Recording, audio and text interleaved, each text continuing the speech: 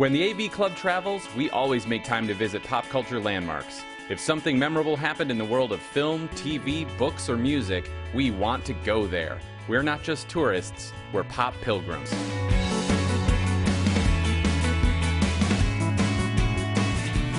One of the most important spots in New Orleans music is easy to overlook.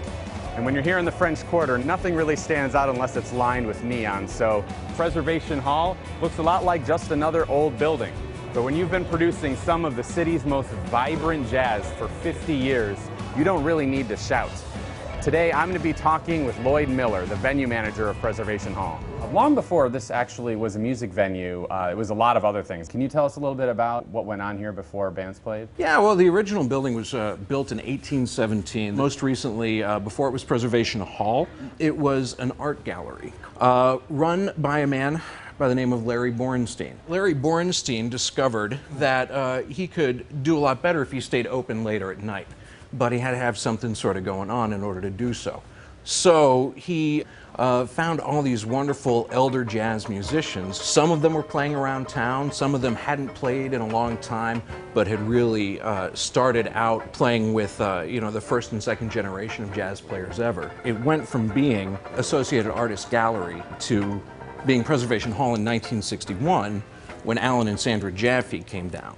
And they really just happened into the store, into the scene of just people hanging out, this music being played, bare bones, just about the music and the men playing it, fell in love with it, and that's what they wanted to preserve, was that experience for people. What's the reason for there being so little renovation of the actual space? It's the preservation of that experience, that walking into a room and just keeping it as much as the way that it was as possible. Everything's going to move forward. Everything always will. But, to have a haven where you can still come and experience it the way it was, that's pretty special.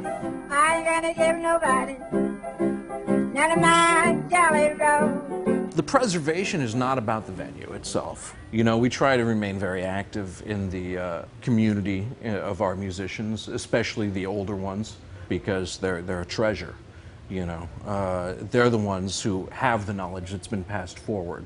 And we don't want that line to stop. That's what we have here, is we have this original format of an original American art form that can still be experienced on a nightly basis by anybody walking down the street. And that's pretty special.